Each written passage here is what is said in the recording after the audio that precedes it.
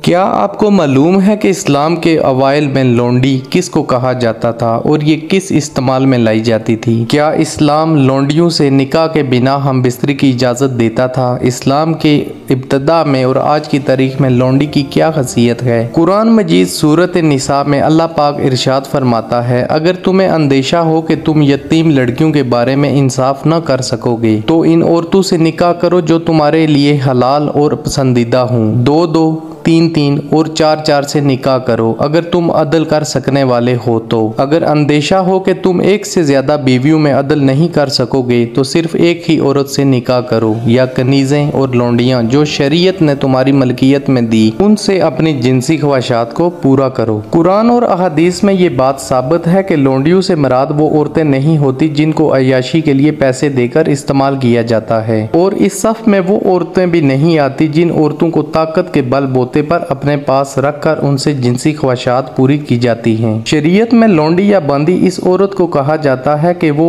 गैर मुस्लिम हो और जहाद में माले गनीमत के तौर पर कब्जे में ली गई हो। अगर कब्जा में आने से पहले वो लड़की या औरत मुसलमान है तो आप उसको लौंडी या बांदी नहीं बना सकते। माले गनीमत के तौर पर कब्जे में आने वाली लौंडी अगर पहले गैर मुस्लिम है और बाद में वो इस्लाम कबूल कर लेती है तो इसमें कोई हर्ज नहीं। आप अपनी लौंडी को बेच भी सकते हो और मुसलमान कैदी औरतों को छुड़ाने के लिए बदले में दे भी सकते हो।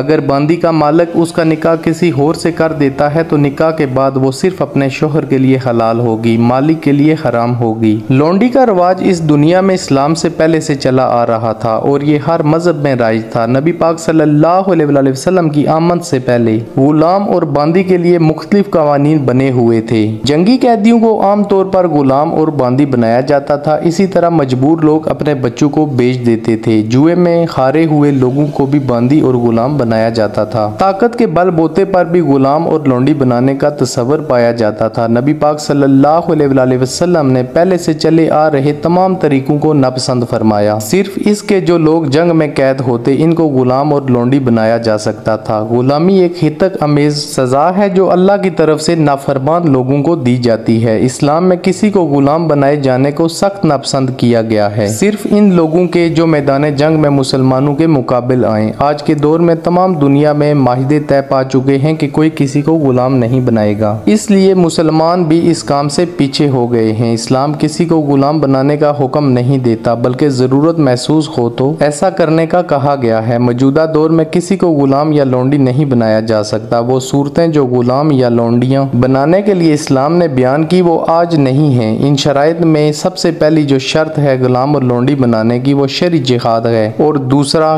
किसी गैर मुस्लिम से कोई माहिदा न होना भी जरूरी है। आज के दौर में शरी जिहाद कहीं नजर नहीं आता और गैर मुस्लिम के साथ माहिदे भी तय पा चुके हैं कि कोई किसी को गुलाम नहीं बनाएगा। इसलिए लौंडी के साथ जिनसी जरूरियात को पूरा करना जो इस्लाम की इब्तदा में जायज था वो आज के दौर में जायज नहीं है और इसकी इजाजत नहीं है।